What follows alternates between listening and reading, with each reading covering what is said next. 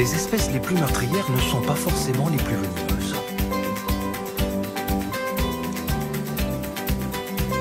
Le danger vient avant tout de celles qui vivent près des habitations humaines. Certaines hantent les terres agricoles et les jardins, à la recherche de rongeurs venus profiter des récoltes et des déchets.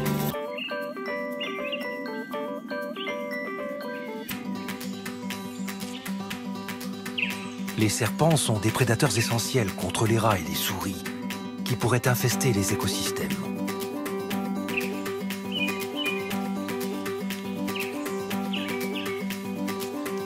Ils participent au maintien de l'équilibre naturel et empêchent les rongeurs de propager des maladies et de faire des ravages dans les récoltes.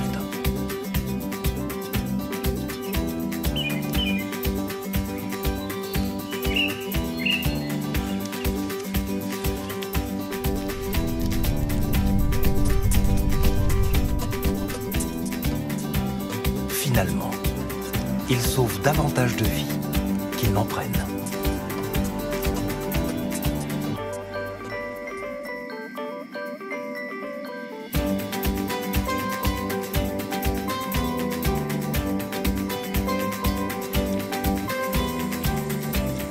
Les serpents peuvent engloutir une proie plus grosse que leur crâne.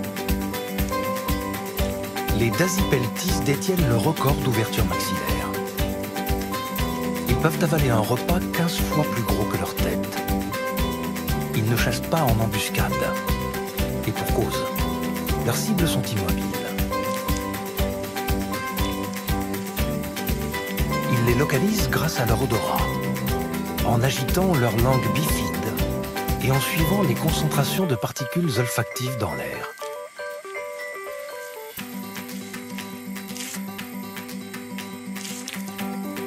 Le Dasypeltis a un régime alimentaire exclusif.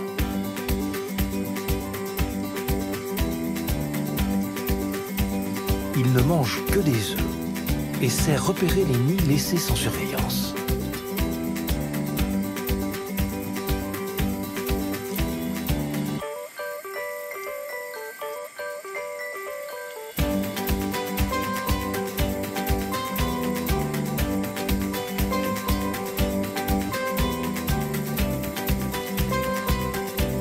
Choisit son repas avec soin. L'œuf doit avoir la bonne taille et surtout ne pas être avarié. Le serpent risquerait de s'intoxiquer.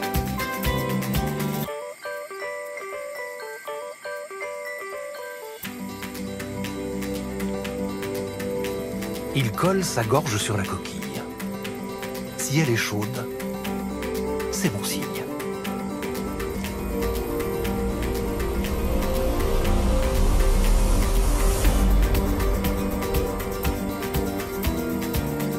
Ensuite, il s'enroule autour de l'œuf pour l'empêcher de rouler pendant qu'il l'avale.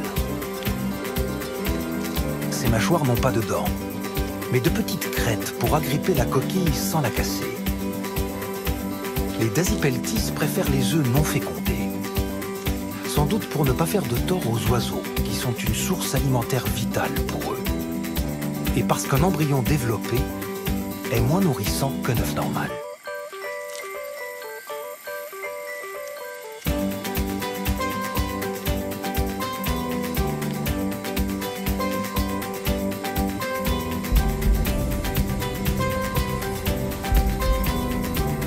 Le Dasypeltis se contorsionne pour écraser l'œuf contre ses vertèbres cervicales.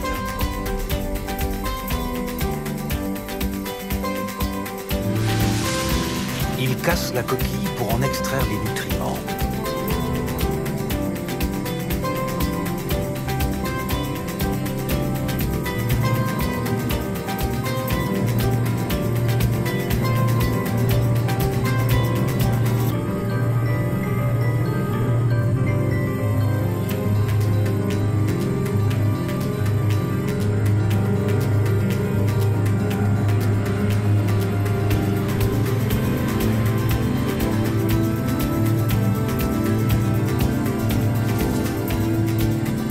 Étonnamment, le Dasypeltis respecte l'écologie de son habitat. Il prend un seul œuf pour ne pas mettre en danger la survie des oiseaux.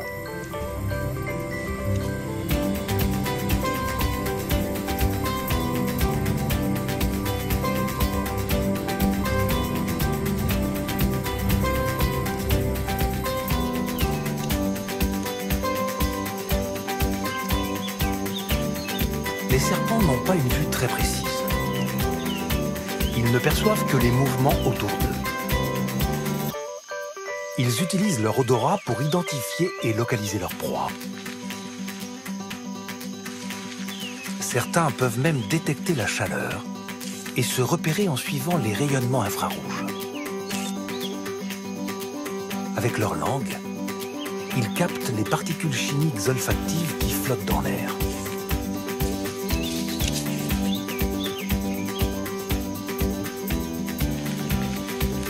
Sur leur palais, l'organe de Jacobson analyse la composition de ces particules et informe le cerveau en quelques centièmes de seconde pour qu'il prenne la bonne décision. Ce petit gecko est concentré sur la construction d'un abri où il sera protégé des prédateurs et du soleil. Il n'a pas senti la présence du serpent qui approche lentement. Peut-être confondu le reptile avec une simple branche. La vipère a repéré la chaleur du gecko. À cette distance, elle le voit enfin.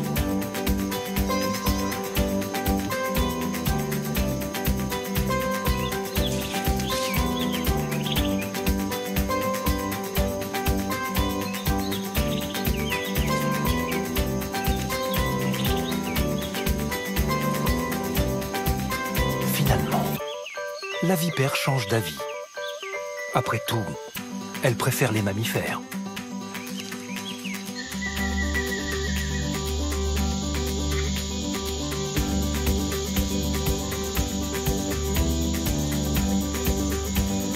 Les serpents se nourrissent d'insectes, de poissons, d'amphibiens ou d'autres serpents.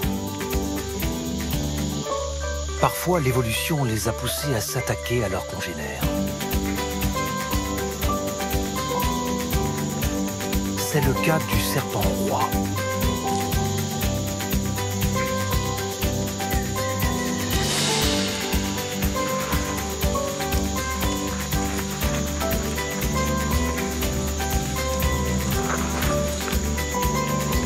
La vitesse joue un rôle essentiel pour lui.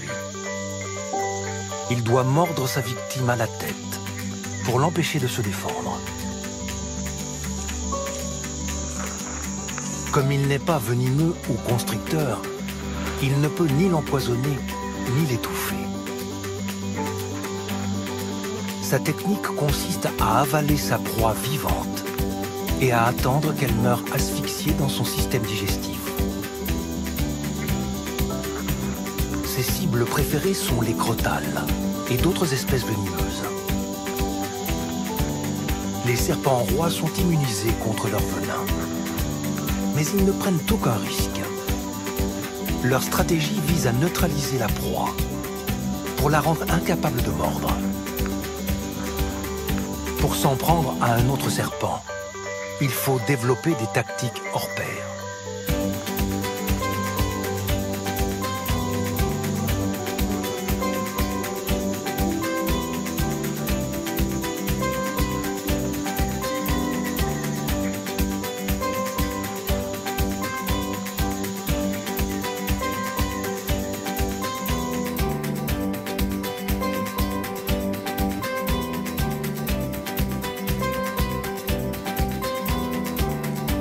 La langue des serpents joue un rôle dans la perception des odeurs, mais elle peut aussi servir d'appât.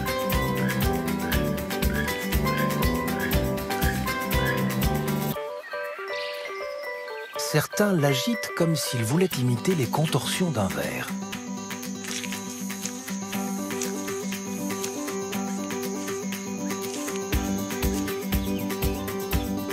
Sa couleur varie selon les espèces. Elle ressemble par exemple à une chenille, pour attirer les animaux qui en raffolent.